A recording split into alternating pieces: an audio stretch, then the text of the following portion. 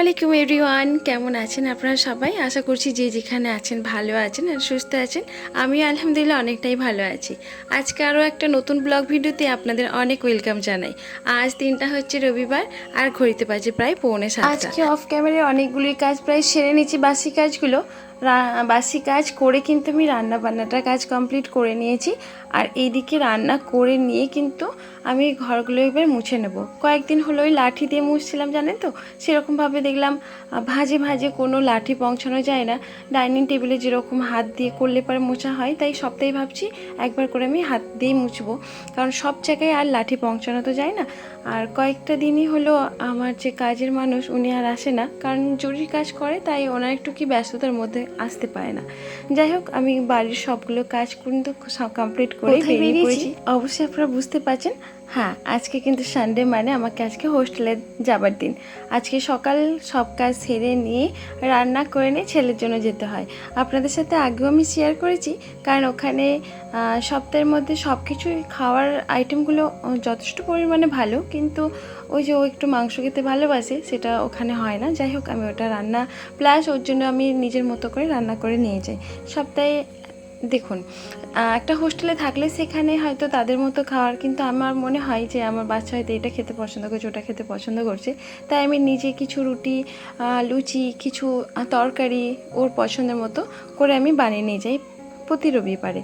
আর এই যে আপনারা কিন্তু আগের ভিডিওতে অনেকবারই বলেছেন যে আপনার এই নদীর যে নৌকার সিনটা, পল্লীগ্রামে যে সিনটা আপনাদের নাকি খুবই ভালো লাগে।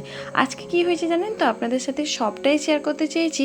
বাইরে এত গরম, এত টেম্পারেচার হাই, তো এখানে যতবার আমি ফোনটা নিয়ে বার করে শ্যুটটা করতে চেয়েছি, প্রথম থেকে শুরু থেকে, মানে একদম শুরু থেকে শেষ পর্যন্ত করতে চেয়েছি, কিন্তু একদমই এখানে হয়ে ওঠে না।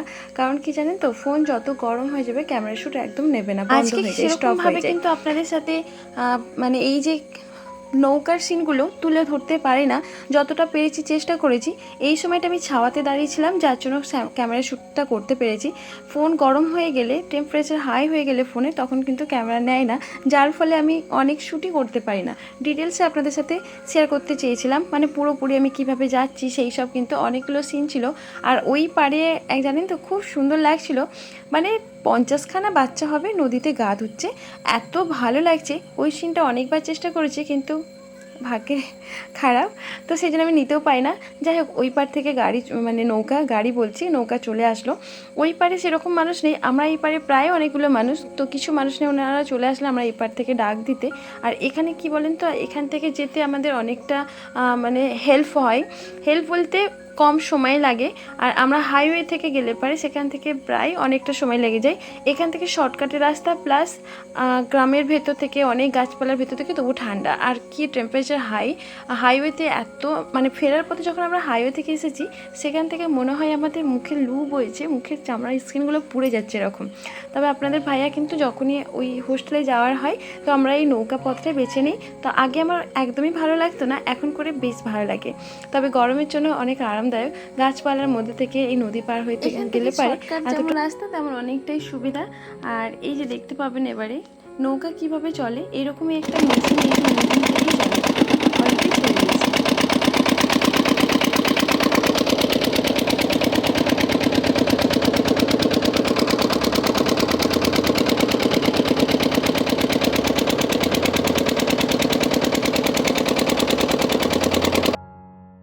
আপনারা দেখতেই পেলেন, এই মেশিনটা দিয়ে অনেকটা আওয়াজ বেরোলেও এই মেশিনটা ঠেলে মানে 6টা থেকে 7টা মোটর সাইকেল এইপার ওইপার করতে পারে। তার সাথে তো মানে পথযাত্রী আছেই, আমরা তো আছি।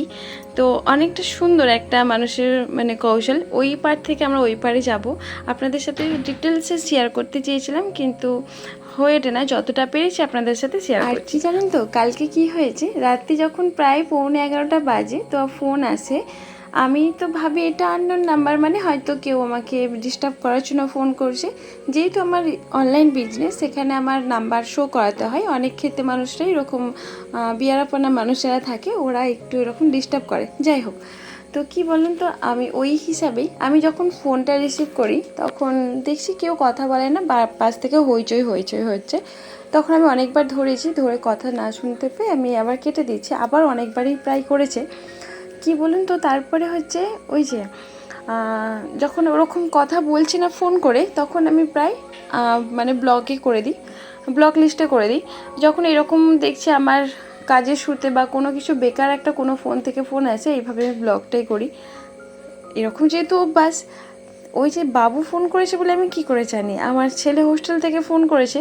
একটা গার্জেন বাইরে থেকে প্রায় শনিবার আগে থেকে চলে আসে, যেহেতু ট্রেনের ব্যাপার থাকে, আবার রবিবার ফিরতে হবে, সেই হিসাবে ওই গার্জেনটা নাকি আগে চলে আসে। তো ওই গার্জেনের ফোন থেকে এত রাত্রিতে ফোন করেছে, তখন আমার গিয়ে হোস্টেলে গিয়ে এত মন খারাপ লাগছে। বলছে মা আমি তোমায় ফোন করেছি, তুমি প্রত্যেকটা বারে ব্যস্ত বলছে। আমি ব্যস্ত ব্যস্ত তো না। বলছে হ্যাঁ আমি প্রায় 50 বারের বেশি ফোনটা করেছি। আমি ওকেই বললাম যে আমাকে যদি তুমি ফোন করেছো 50 বারে, তুমি তোমার আব্বুজির নাম্বার ফোনটা কেন করলে না? আমার মনটা অনেকটাই খারাপ শুনে ওখানে গিয়ে হয়েছে। কি বলবো, মানে এখানে বুঝতে পারছি না আমি কি, মানে কি বলবো, একটু ভালো করে কথা বলতেই পারতাম। আচ্ছা আপনার কি চাই? আমার এখনের পর থেকে এত মন খারাপ হয়েছে, সেটা না বললেই ভালো হতো, কিন্তু তারপরেও মনে হলো যে বলেই ফেলেছি, যাই হোক এরকম হয়েই থাকে। এবার বাবুকে বলেই দিলাম যে তুমি যখন আমাকে ফোন করবে তখন সাথে সাথে আম্মাজি বা সালাম দেবে। ওটা কিন্তু ও এই দিনটা করেছিল না, প্রায় রাতে করে, কিন্তু এত রাতে ফোন দেখি না আমি একটু অন্য টাইপের হয়ে গিয়েছিলাম। যাই হোক, যে ভাবছিলাম যে কেউ হয়তো ডিস্টার্ব করছে এরকম। আর ও ফেরার সময় বললো মা আমি আইসক্রিম খাবো। আর আবুজি ওখান থেকে, একজন সাইকেলওয়ালা দাঁড়িয়ে থাকে গেটের কাছে, ওখান থেকে কয়েকটা আইসক্রিম কিনে দিল। যাই হোক, এইসব বিষয়ে আপনাদের সাথে শেয়ার করে জানি না কতটা খারাপ কি ভালো, আমি তাই জানি না, তো আমি শেয়ার করে ফেললাম। আর এই যে ব্রিজটা দেখতে পাচ্ছেন, এটা আপনাদের সাথে ফুল দেখাতে চেষ্টা করেছিলাম। এটা হচ্ছে দামোদর নদের উপর দিয়ে একটা ব্রিজ। ঘড়িতে যখন বাজে প্রায় 2টো থেকে 2:30, তখন বাড়ি ফিরি। এটা ফেরার পথে এসে দেখছি বাবু আমাদের জন্য করে রেখেছে রুয়াবজা, সিয়া সিড আর এরকম একটা শরবত। তো এই টাইমটা সত্যি বলছি আমার মন থেকে অনেক দোয়া রইলো ছেলের জন্য। তো এই যে বাইরে থেকে এসে একটা ঠান্ডা পানি বা শরবত এরকম, মানে একদম প্রাণটা সত্যি ঠান্ডা হয়ে যায়। আর সিয়া সিডটা কত পরিমাণে দিয়েছে, আর মিষ্টি প্রচুর হয়ে গেছে। বাচ্চা মানুষ তো যা করেছে ওটাই ভালো। চলুন এখানেই শেষ করলাম। আপনারা সবাই ভালো থাকবেন, সুস্থ থাকবেন। আল্লাহ হাফেজ।